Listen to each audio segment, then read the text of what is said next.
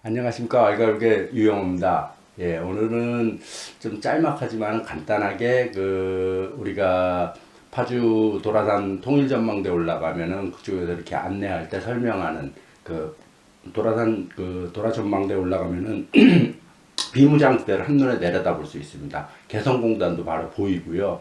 그러니까 참 분단의 슬픔을 느낄 수 있는 그런 곳인데, 어쨌든 그곳에 가면은 휴전선이 있고 그 남북으로 이렇게 대치하고 있는 그런 장면을 볼 수 있는데, 군인들이나 이런 건 일일이 안 보이죠. 멀리 있는 거니까 망원경으로 봐야 보이는 건데, 어쨌든 거기 가면은 제가 지난번에도 말씀드렸듯이 비무장지대는 유일하게 남쪽에 하나 북쪽에 하나 민간인 마을이 있습니다. 남쪽에 대성동 마을과 북쪽에 기정동 마을이라는 민간인 마을인데, 이 민간 마을에 남북에 국기가 개양돼 있어요. 넓게 개양돼 있는데, 그 국기, 이제 북쪽에, 지금은 165m로 남쪽에 100m보다 한 1.5배 큽니다. 1.6배 정도 큰데, 그것을 이제 대개 거기서 설명할 때는 북이 남쪽을 이기려는 이런 경쟁심에 의해서 높게 만들었다, 이런 식으로 설명하는데, 그거에 대해서 간단한 팩트 체크, 좀 그곳의 역사, 어떻게 국기개양대가, 양국의 국기개양대가 지금의 높이까지 이르렀는지, 요거에 대해서 간단히 한번 살펴보고자 합니다. 참 체제 대결의 씁쓸한 장면인데요.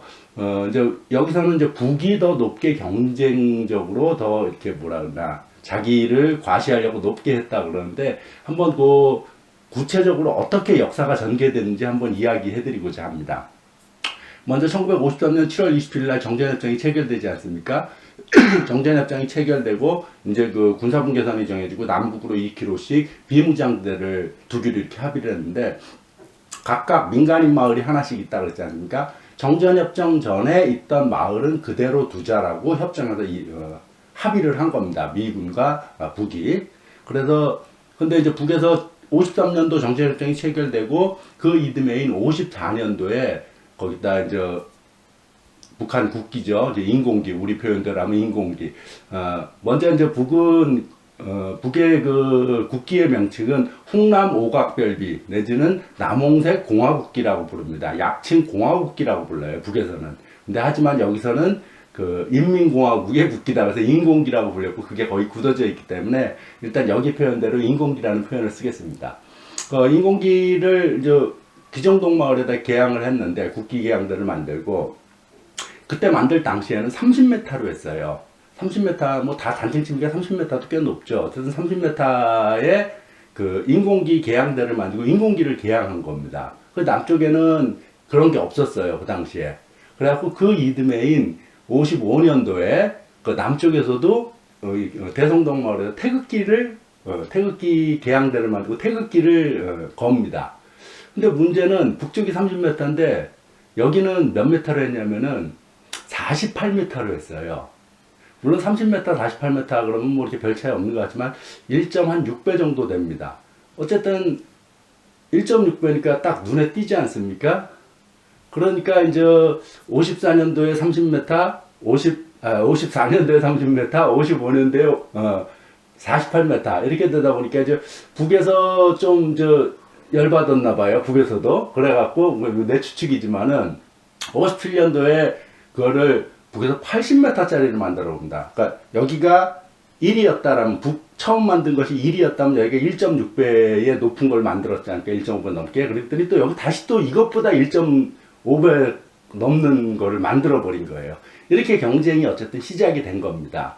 그러다가 이제 이게 57년도에 뭐라 그러냐, 80m 북에서 만들었지 않다 그랬습니까? 그때 문제는 요것이 80년도에 들어와서 남쪽에서 거기가 북쪽이 80m니까 85m짜리를 만들어 버린 거예요. 더 높게. 근데 이건 진짜 거의 차이가 안 나죠. 85면은 비율상으로는 거의 어금버금해요.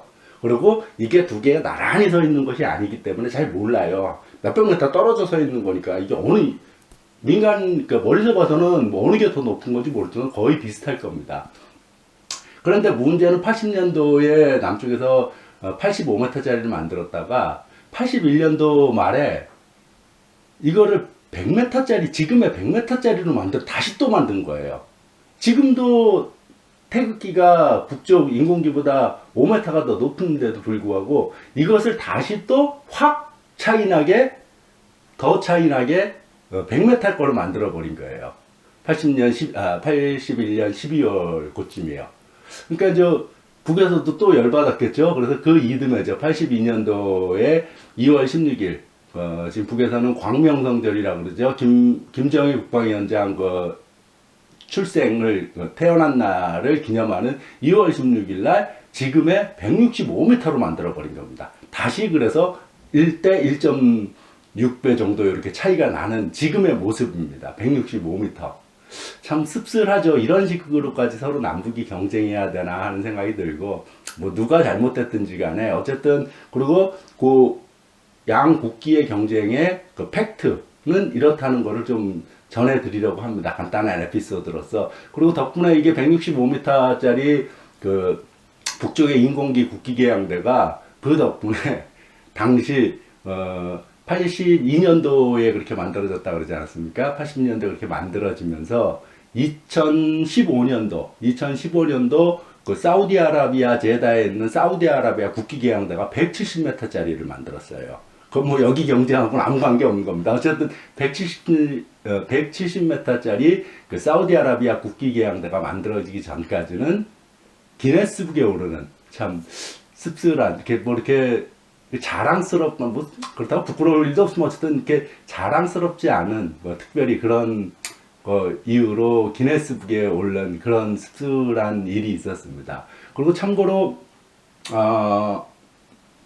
그 대성동 마을에 있는 지금의 100m짜리 높이의 국기계양대에 있는 걸려있는 태극기는 그 2002년도 붉은 악마 2002년도 그 월드컵 때 붉은 악마가 응원하기 위해서 그라운드에 응원하기 위해서 엄청 큰 태극기를 만들지 않았습니까?